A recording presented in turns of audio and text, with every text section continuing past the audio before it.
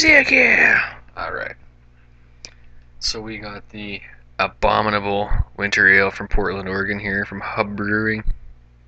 Organic Abominable Winter Ale. 70 IBUs, 7.3% alcohol by volume. It's got Cascade, Centennial, and Chinook hops. 6 organic malts. And, anyway, 650 bomber here. h.u.b stands for Hopworks Urban Brewery.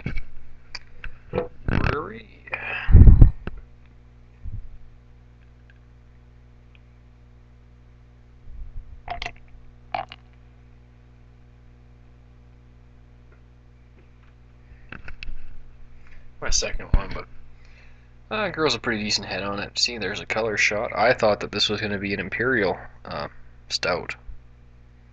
At 7.3, I thought, hey, it's impossible to be something like that, just a little bit lower in ABV, but it's not. It's a winter ale, they call it. Looks like a nutty, brown, hazy kind of thing. Smells like a mix between an I.P.A. and a brown ale.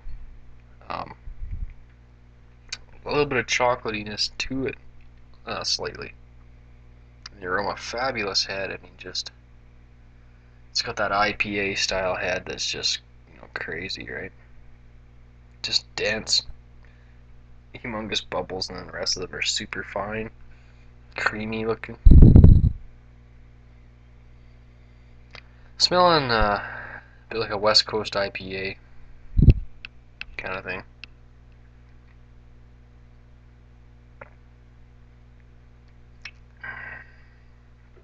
Well, definitely getting maltiness out of it. So it's not really sweet though, not super sweet or anything like that, but you are picking up a bit of malt, and it is still kind of dry, I guess.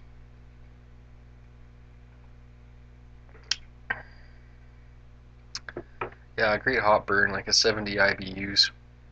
There's enough hops in here. But hops don't offend me, none. So, just right.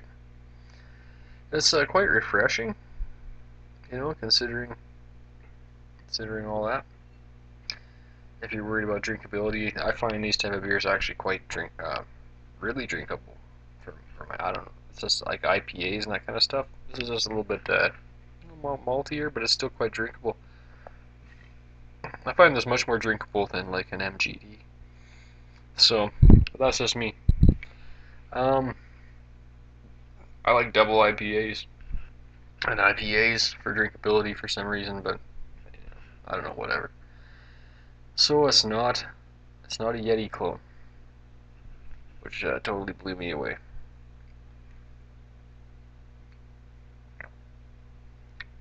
Very well balanced. The hop profile is amazing. The malt body is amazing. It's smooth. It's creamy.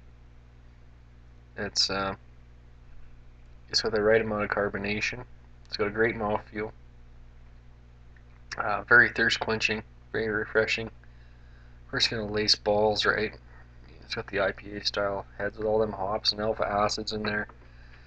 I had to pay $7 for this, but that was typical of all the bombers I bought at this store.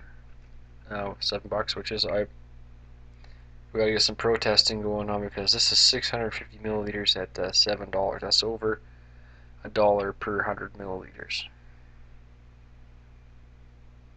Okay, for those of us who now you buy a 350 milliliter bottle is $2.40, we'll say. So why wouldn't I buy it in a larger package, which is less bottling? Think about that. I fucking wasn't born yesterday. What the fuck is this shit? And it's like that everywhere. And I don't know, maybe it has something to do with the volume. Maybe they're selling more 12 packs and that line's going, and those bottles might be cheaper because they're more common. I don't know. Like, is this bottle really worth $1 more? Maybe it is. I don't know. It's a huge piece of glass, right? Maybe the manufacturers want more for these 650s. I don't know. But I think we need to get some pickets, man. Like $5 bomber pickets. Doer.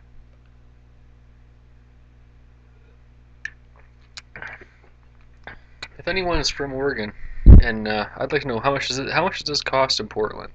What's the price of this in Portland? I would really love to know that. It's a cool beer. Highly recommend picking this one up. 5-minute review. This one's worth a 5-minute review. That's a cool label on its own. That's awesome. I love that. Um, you know, I think it's a really good beer. Nothing wrong with it at all. It's kind of even slightly original. I would say it's not the most outrageous thing in the world, but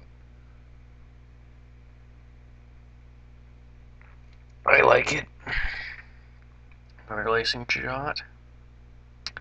Yeah, so I'll Spinal Tap it. This one's another Spinal Tap. I got some bombers. I think all the ones I picked are being pretty good. One last night was the Electric Unicorn White I.P.A. I think it was a Spinal Tap too. This one's a Spinal Tap. Beautiful beers. Totally picked this up. 11 out of 11. Spinal Tap it. Beerzerker.